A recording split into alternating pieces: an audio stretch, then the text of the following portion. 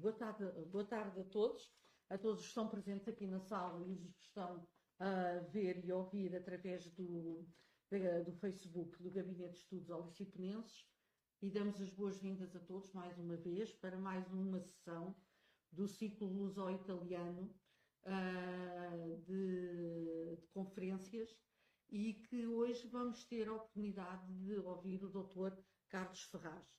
Eu vou já passar, como estamos com um pouco de atraso, passar já a palavra à doutora Nunciatella Alessandrini, que vai apresentar o orador com breves notas curriculares.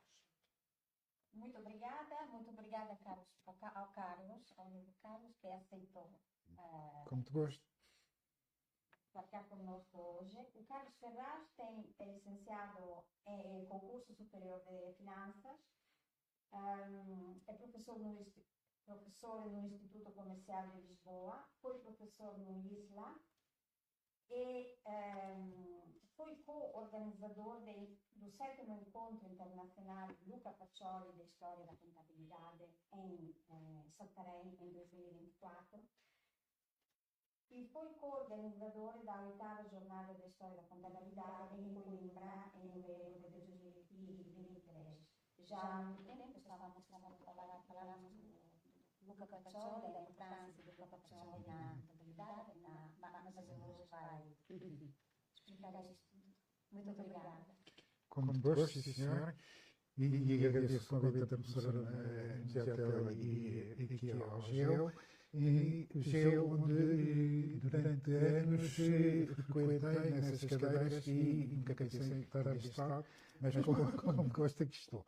Vou falar do Luca Pacioli e do seu tempo. Luca Pacioli viveu em 1446 ou 47, não sabe bem, e faleceu em 1517. E a minha aproximação ao Luca Pacioli é através da contabilidade, porque sempre exerci profissões relacionadas com a contabilidade. Mas Luca Pacioli foi muito mais do que isso, e embora seja conhecido pelo pai da contabilidade, que realmente não foi, depois veremos em pormenor. Portanto, para já, no primeiro slide estão a ver um recorte da figura de Luca Pacioli num quadro famoso que iremos depois detalhar no fim, e proponho-vos o seguinte planeamento para a nossa conversa. Primeiro, uma introdução geral, vamos falar da sua vida, da sua obra, vamos focá-lo como homem do Renascimento e depois como matemático, mas sobretudo como um pedagogo da matemática. Porque é chamado o pai da contabilidade. Foi um matematizador do saber e da arte do seu tempo, foi um sistematizador, divulgador, difusor, democratizador, se assim se pode dizer, e, como estamos no ciclo das relações luso-italianas, veremos alguma influência que teve em Portugal e, finalmente, vamos ao retrato que vos falei há um bocadinho. Portanto, nesta breve introdução, vamos ver como é que era a Itália no século XV. Há aqui uma imagem que eu encontrei na internet e que achei bastante curiosa e que aí está. A professora Nunciatella até sorri a ver a sua bela Itália. Aqui a bota, cortada ao meio pelos Apeninos ao longo de toda a Itália. Bom, se aqui parecia uma coisa unida, no mapa seguinte, que é o mapa político de Itália em 1494, está muito dividida. Portanto, temos ao meio os Estados papais. Nesta altura, o Papa tinha vários estados. A sul temos o reino de Nápoles e o reino da Sicília, temos também o reino da Córsega na ilha, mas a norte dos Estados papais temos uma profusão de repúblicas, no sentido de república que se dava nessa altura, e de ducados. O século XV foi um século brilhante para a Itália e algumas das cidades tinham grande influência. Por exemplo, Veneza era uma grande potência comercial e militar. E os portugueses não faziam concorrência com as especiarias. A Veneza, Génova, na outra costa, era seu concorrente. E temos também aqui vários ducados, nomeadamente o Ducado de Milão, com o Lourenço Sforza, que era uma potência militar importante, e Florença, que era a cidade dos banqueiros.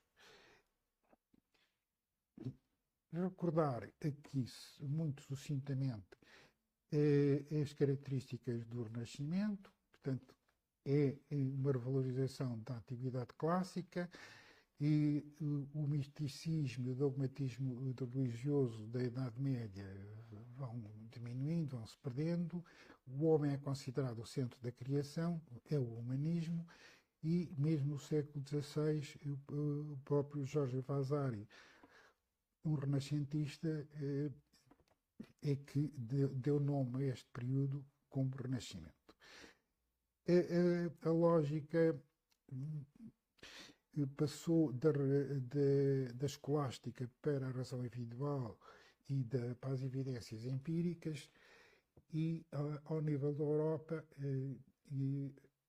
assistiu-se à transição do feudalismo para o capitalismo, que estava nascendo em Itália. Há uma relativa liberdade cultural e religiosa em relação ao período medieval. Vamos então aqui à vida de Luca Bartolomeu de Pacioli. E Pacioli, como se queira falar, é mais conhecido por Pacioli porque, pelos costumes toscanos, seria o Luca Paciolo, mas da família dos Pacioli. Portanto, é tratado como Luca Pacioli. Portanto, ele nasce, não se sabe bem quando, entre os finais de 1946 e os princípios de 1947, em San Sepolcro, nas margens do rio Tibre, que vai dar, que depois vem a Roma, e na Toscânia. Era um miúdo esperto, muito com gosto de estudar, e foi acolhido em casa dos Foucault de Belfoschi, de tenra idade. Antes disso, não há detalhes sobre a sua infância. Aí terá estudado com os franciscanos no convento local, e também terá tido aulas com um conterrâneo 30 anos mais velho do que ele, portanto, e esse bem conhecido, sobretudo como pintor, mas também foi matemática, Piero della Francesca. Com Della Francesca, que estava ligado ao Duque do Urbino, foi frequentemente a Urbino, e lá ficou há algum tempo, onde havia uma excelente biblioteca, e Pacioli estudou bastante pelos livros dessa biblioteca, de tal forma que o próprio Duque Federico de Montefeltro lhe reconheceu o dom de educar o seu filho Guido Ubaldo, a quem mais tarde Pacioli ia dedicar a sua obra Summa de Aritmética, Geometria e Proporcionalidade. Apenas com 19 anos, ou 18 anos, aliás, peço desculpa, e Leon Battista Alberti, um nome bem conhecido do Renascimento, leva-o, a pedido della Francesca, para Veneza, e a sua cultura já era bastante para ser preceptor dos seus 3 filhos, do mercador António Rompiazzi. E para eles estudarem, escreveu um primeiro manuscrito sobre matemática, que, entretanto, terá perdido. E o seu gosto pela matemática era tanto que aproveitou este dia em Veneza para frequentar a universidade local e para refinar os seus conhecimentos da matemática. E também visitou o padre e frequentou a universidade e aí encontrou um tio com quem aprendeu uns rudimentos de arquitetura militar. Com os João Piaz em Veneza, que eram mercadores, acompanhou toda a atividade de um mercador do seu tempo, nomeadamente os seus livros de negócios, viajou com eles, quer por mar, quer por terra. Os venezianos tinham muito comércio pelo mar e tratou dos câmbios, que era coisa complexa na altura, com tantas praças, tantas moedas, e fazer as trocas entre as moedas, que eram complicadas, os costumes de cada uma dessas praças, as taxas alfandegárias dessas praças, que eram muito variadas, e desse seu sentido, dessa sua vida prática, resultou o seu gosto pela aplicação da teoria à prática de uma forma pragmática e também, ao escrever, era usual nesta altura escrever-se em latim, mas ele escrevia no vernáculo italiano, no dialeto local. Por exemplo, na Suma, os títulos são em latim, sim senhor, mas o conteúdo do texto é no dialeto veneziano. Aos 24 anos vai para Roma e instala-se em casa de Leão Alberti e conhece a família della Rovere e em particular Francesco della Rovere, que era superior-geral dos franciscanos, e que logo nesse ano foi eleito Papa e com o nome de Sisto IV. Porém, quando Pacioli tinha 25 anos, o seu protetor Leão Alberti morre e, talvez por influência do então Papa, que tinha sido superior-geral dos franciscanos, entra na Ordem de São Francisco.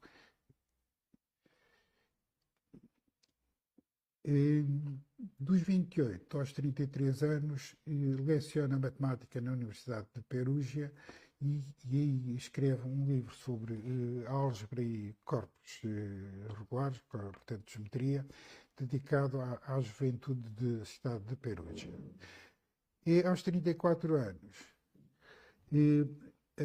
passa-se para o outro lado do Adriático, para Zara, na Dalmácia, e aí escreve um terceiro livro sobre álgebra, um livro manuscrito também.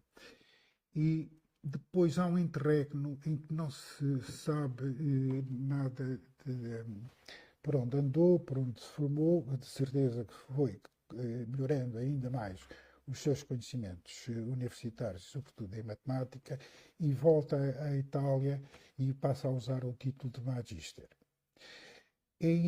Aos 40 anos está a ensinar matemática em Perugia e aos 42 passa para Roma, para a Sapienza, que era o topo das universidades de Itália. E aí fica instalado outra vez no Palácio de Giuliano della Rovere, portanto, a forte ligação à família della Rovere. Dos 43 aos 46 anos vai lecionar para Nápoles, no sul, portanto. E aos 46 anos volta a Pádua, sempre ensinando matemática, mas aqui há um problema com a sua ordem de São Francisco, e os seus superiores o intimam a aparecerem a 8 dias na sede da ordem em Assis, como sabemos, sob pena de excomunhão e privação da licença para ensinar. Isto porquê? Porque Pacioli tanto ensinava em universidades da Igreja Católica como em outras universidades. E os franciscanos, que tinham uma ordem rigorosa, não achavam bem que se ensinasse fora das universidades da Igreja. Aos 47 anos está em Veneza e a supervisionar a impressão da sua obra Summa de geometria, aritmética, geometria, proportionality, personalidade, e ele considerou que era a sua grande obra e que fez agora, no mês passado, de novembro, 530 anos que foi publicada. E foi muito bem recebida por toda a Itália. E direi já que é um calhamaço de 600 e tal páginas e um tratado completo de matemática do seu tempo. Entretanto, no Ducado de Milão, Ludovico Sforza, o Moro, queria reunir muitos intelectuais na sua corte e convida, entre outros, Pacioli para ir para Milão e ensinar quer na corte, quer nas universidades de Milão e Pavia. E aí, entre os outros intelectuais, encontrava-se Leonardo da Vinci e também Dürer, e com da Vinci fez uma boa parceria e escreveu o manuscrito de uma outra obra, talvez a melhor obra dele, que é da Divina Proporzione, para o qual da Vinci, com a sua habilidade, grava as figuras geométricas que não são fáceis. Embora a obra depois só tenha sido impressa muito mais tarde, como veremos. Entretanto, Luís XII de França invade o Ducado de Milão, reivindicando a sua posse, e em 1499-1500 Pacioli e da Vinci vão para Mântua e depois vão para Veneza. E em Mântua, Pacioli escreve um tratado sobre xadrez e outros jogos, mostrando, digamos, a sua habilidade para ensinar matemática ou aplicar a matemática a coisas lúdicas. Dedicou essa obra aos marqueses locais. Entre os 55 e os 57 anos está na Universidade de Florença a ensinar matemática. E, entretanto, o seu amigo Giuliano della Rovere é nomeado do Papa, mais um della Rovere Papa, e com o nome de Júlio II. E protegendo Pacioli, ele, que está em Florença, fica incorporado no convento franciscano local de Santa Croce. Aos 61 anos já é famoso e tem grande prestígio, e em Veneza dá uma conferência em que assistem mais de 500 personalidades, para o tempo muita gente, sobre o livro quinto dos elementos de Euclides.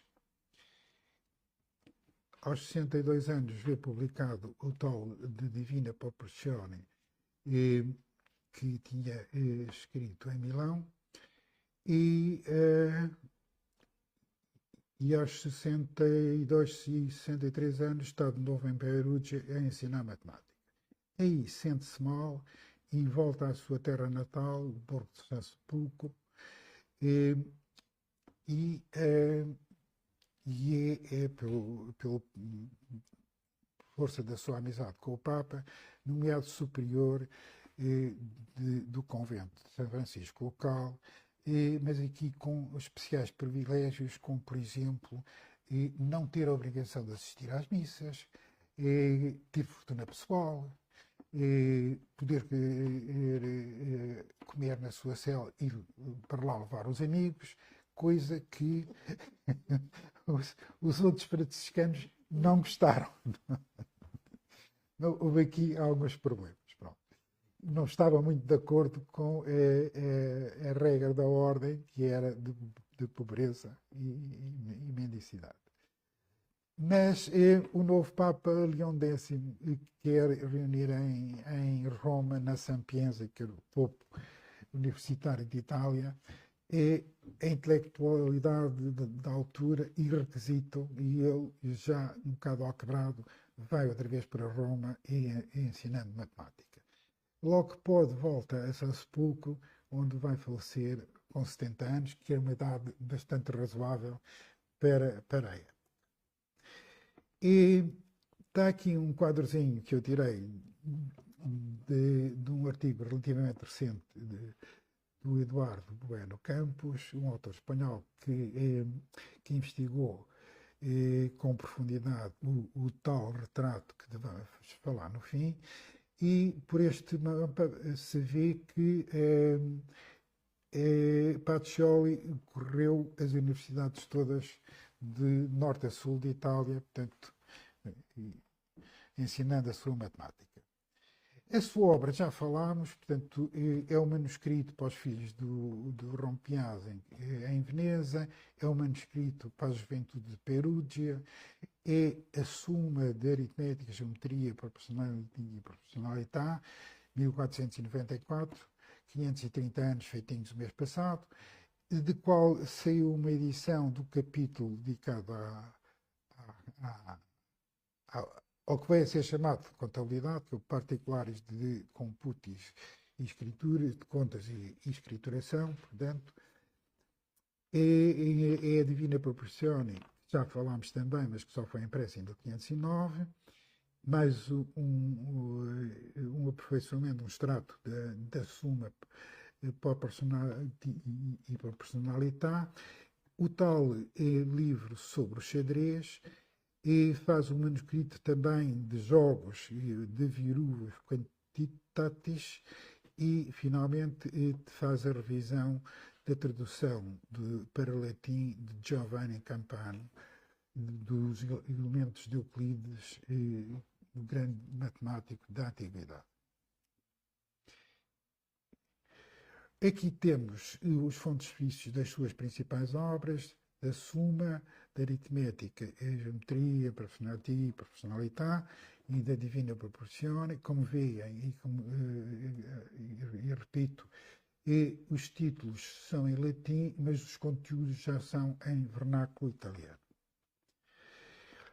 Pois foi um homem do seu tempo, um homem do Renascimento, do 400 e da transição do 400 para o 500 e do Alto Renascimento, e foi um homem de estudo e de cultura, seguindo os seus mestres Piero della Francesca e Leão Alberti, e divulgando os autores clássicos, e fundamentou e divulgou, seguindo Della Francesca, a perspectiva que não é senão a arte de representar o que se vê, ou seja, de fazer os objetos parecidos aos que contemplamos com os olhos, e o respectivo ponto de fuga. Mas, mais que um matemático, foi sobretudo um pedagogo da matemática. Desde muito jovem que ensinou a matemática a jovens, os filhos do Rompiazzi, até à Sapienza, portanto, ao mais alto nível universitário. E soube transmitir a matemática usando novos médicos, até lúdicos, e foi um matematizador do saber e da arte.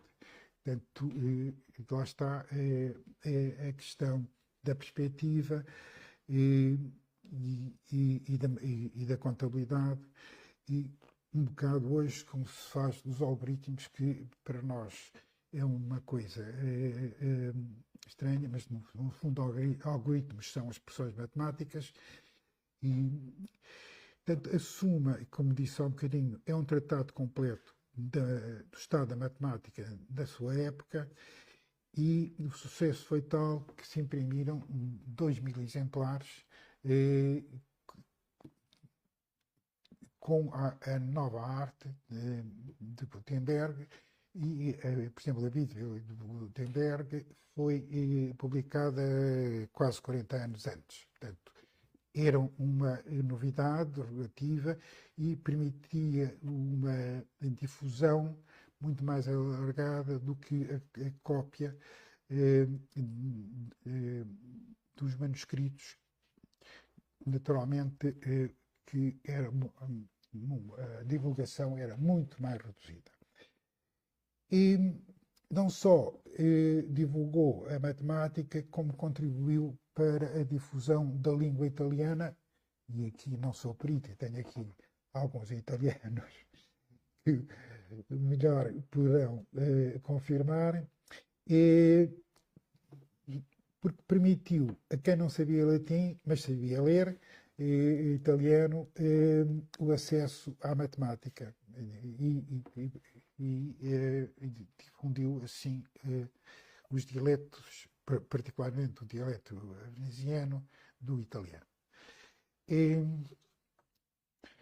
Foi um livro de estudo durante bastante tempo a sua suma e teve uma segunda edição em 1523, já depois da sua morte. Tal foi a sua divulgação. Na Divina Proporzione, a sua outra obra, baseia-se em Vitúvio e trata da proporção áurea, ou Φ. Φ em honra de Fídias, o escultor e arquiteto grego que terá utilizado esta proporção na construção do Parthenon da Acrópole de Atenas. E que não é senão a razão do comprimento quando se divide um segmento de reta em dois, de tal forma que o comprimento inicial está para o maior, como o maior está para o menor. Portanto, aí veem um segmento de reta, portanto, tomamos o seu todo e queremos dividi-lo em duas partes. A parte da TH e a parte da AB. Portanto, é a relação entre o todo, o A mais B, sobre a parte maior, que é A, e agora, depois de divididos, temos a parte maior, A, sobre B. Portanto, e isso dá o φ, que é um número irracional, 1,61, etc, etc, etc, etc. É um número que se diz que nós temos incorporado no nosso corpo, por exemplo, as nossas orelhas, os nossos dedos e tal, estão nessa relação. Claro que é um bocadinho difícil comprovar com esta exatidão, mas aproximadamente será assim, como, por exemplo, na natureza, dá-se o exemplo da casca do caracol, daquela espiral, em muitas plantas, portanto, daí a razão de ser a proporção áurea, o número de ouro. Depois é chamado o pai da contabilidade, mas não foi. Ele tem essa fama hoje e que, curiosamente, é mais conhecido pela contabilidade do que pela matemática ou pela arquitetura ou pela pintura, porque nesse tratado de matemática, que é a Suma, de 600 e tal páginas, incluiu um tratado, o 11º, que é o tal Particulares de Computis Scripturae, que em apenas 26 densas páginas, com 36 capítulos, e fala naquilo que ele chamou o método de Veneza. As cidades italianas faziam os seus registros, os mercadores estavam em plena período áureo, e em cada cidade da Itália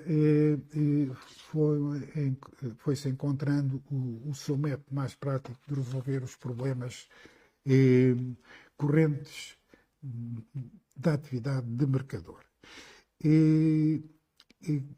Os primeiros registros encontram-se numa folhinha nos livros do notário, mas depois há os livros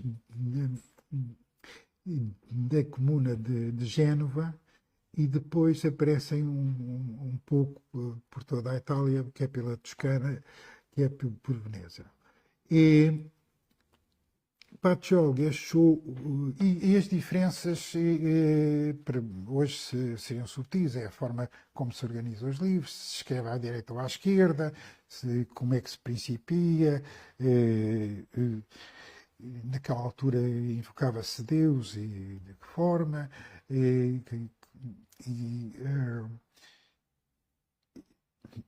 pequenas, hoje consideraríamos pequenas diferenças, mas na altura eram grandes diferenças. E ele considerou como o melhor de todos o método que era usado em Veneza e chamou-lhe método de Veneza. 100 anos mais tarde, Pierre Narbonne, um francês, viria a combinar as partidas dobradas e assim ficou conhecido.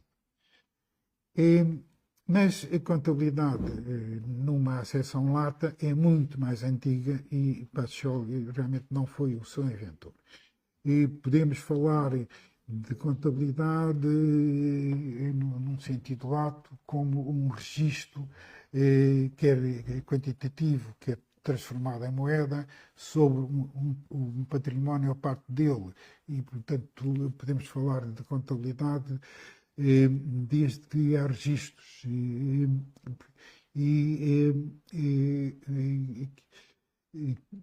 Quer no Egito, quer na Suméria, portanto, quer na escrita cuneiforme, quer nos papiros egípcios, encontra-se muitas coisas que são registros dedicados ao património e às relações laborais e às riquezas e tal. Portanto, estão a ver que podemos falar de contabilidade de tempos muito, muito, muito antigos. E, de qualquer forma, digamos, os registros que eram usados eram facilmente permissíveis a erros. E inventou-se uma outra forma de fazer contabilidade, que era, em vez de fazer um registro simples, fazer dois registros simultâneos consequentes. Daí as partidas dobradas. Portanto, por exemplo, se vendia uma coisa a dinheiro, entrava dinheiro em caixa e saía mercadoria. Portanto, registava-se caixa, registava-se mercadoria. Portanto, aí dois registros e era muito mais fácil encontrar, não fazer erros. Portanto, e quando se fizesse encontrar as suas causas. E isso começou-se a desenvolver ao longo do século, dos finais do século XII, mas sobretudo do século XIII a XV, e essas matemáticas práticas, digamos assim, eram ensinadas nas escolas de ábaco. E as escolas de ábaco usavam o ábaco europeu, que não é igual ao chinês, que é mais conhecido.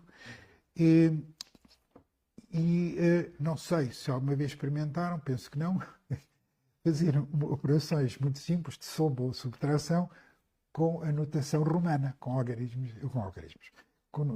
números romanos, não é? Portanto, não é fácil, não é? Portanto, para isso usava-se o ábaco e quem era prático fazia isso com muita facilidade, mas era preciso aprender. Para além disso, nestas escolas de ábaco típicas da Itália, ensinava-se tudo o que era necessário para os mercadores e não só, também para os artistas, e aí começaram-se a falar no que foi, como disse, o normalizador dos diferentes métodos usados em Itália. E ao fixar na sua forma, matematizou, digamos assim, e deu-lhe dignidade matemática. Simon Steven, em Inglaterra, Mills, o Castle, que conclusão. depois tudo se transformou, complexificou, a contabilidade também, e hoje também está normalizada, mas nas internacionais já com escrituras, com coisa com um ponteiro a indicar uma figura geométrica, provavelmente um triângulo, tem a mão num livro que não se sabe exatamente o que é, talvez a da Divina Proporzione, e há um livro, um cofre, não se sabe bem, dentro do qual estariam as obras da Pacioli, e estão aí duas figuras geométricas muito elaboradas, têm uns nomes muito esquisitos, que eu não vou dizer se não engano, mas chamava a atenção para o que está pendurado e que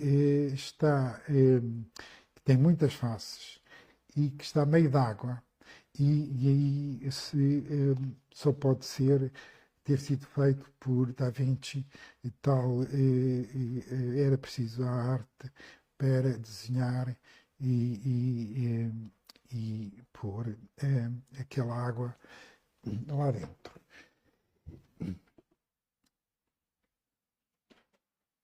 E assim passámos a vida e obra de Pacioli e o seu tempo. Obrigado pela vossa atenção e fico à vossa disposição para o que queiram, as questões que queiram pôr. Muito obrigado.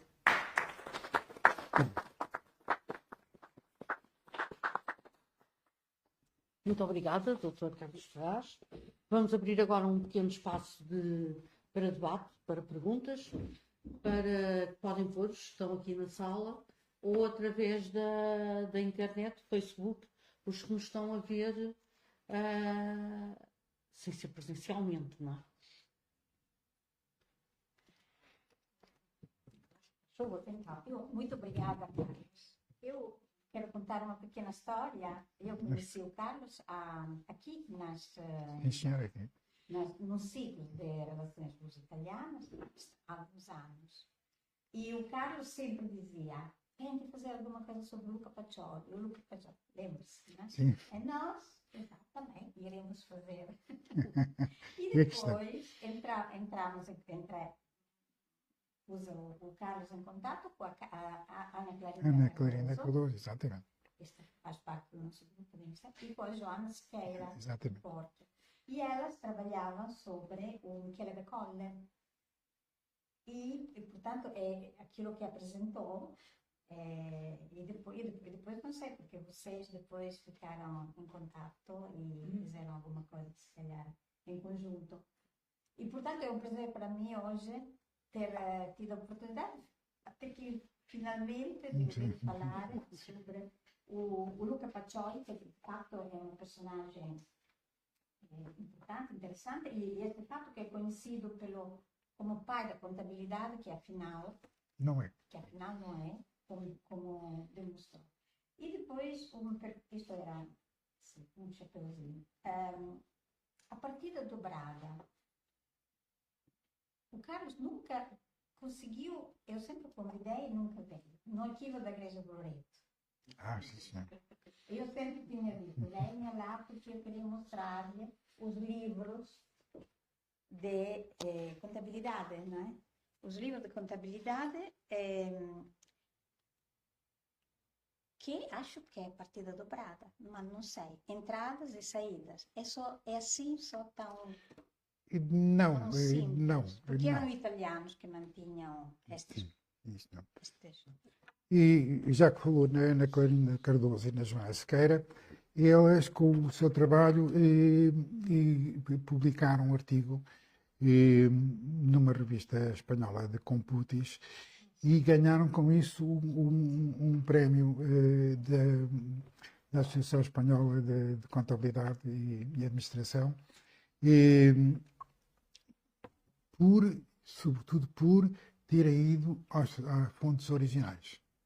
Porque elas confirmaram, sim, senhor. Tiveram um bocado de dificuldade em confirmar se eram partidas dobradas ou não era, mas confirmaram com o professor Hernani Carqueja da Faculdade de Economia do Porto, sim, senhor. Quanto às partidas dobradas, portanto, as partidas dobradas, como dizia há um bocadinho, implica que se use dois registros. Para cada operação há sempre dois registros. A tal venda a dinheiro, entra dinheiro em caixa e sai mercadoria do armazém. Mas atrás disso está um conceito de património. Portanto, foi-se caminhando lentamente ao longo do século XII, XIII, XIV, XV, até formar a partida dobrada. Portanto, normalmente havia um livro de caixa, portanto, com as receitas e as despesas, os recebimentos e os pagamentos, se quiser, mas depois começou-se a ter registros das mercadorias em armazém, registros dos devedores, dos empréstimos, e o património foi sendo cada vez mais registado. Até que se concebeu um conceito de património do comerciante. Portanto, o que revela um grau de abstração notável para aquela época. E, portanto, embora haja conceitos um bocadinho diferentes de partidas dobradas, segundo os especialistas na época,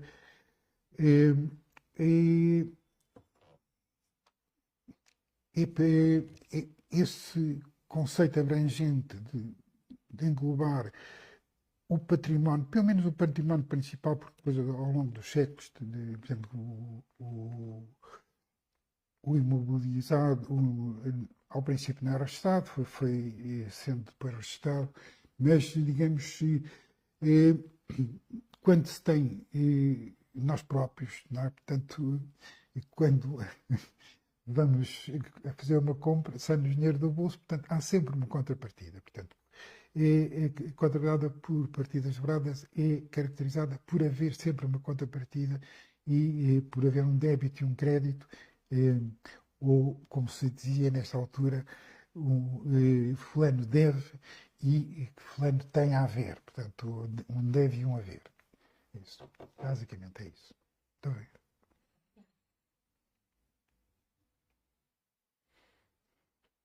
Muito bem. Aparece referida a importância dele na arte. Em que é que se traduziu a importância dele na arte? Ele era amigo de pintores, mas depois qual foi o contributo dele para a arte? Mas que ele não era propriamente artista. Ele não era propriamente artista, mas ele desenvolveu o trabalho de Piero della Francesca na questão da perspectiva. Portanto, a perspectiva há antes Giotto e tal que já dá um jeito, mas é com Piero della Francesca que cada vez mais a perspectiva, a tal ilusão da realidade aparece na pintura. E digamos, Pacioli teorizou, difundiu essa arte da perspectiva nesse aspecto. E também na proporção áurea. Portanto, levando a que os artistas, quer pintores, quer sobretudo escultores, a usassem nas suas obras.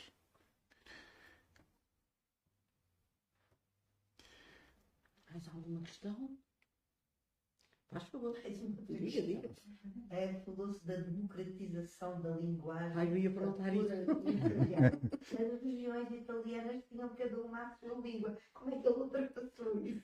Não, quer dizer, ele, digamos, havia são, digamos,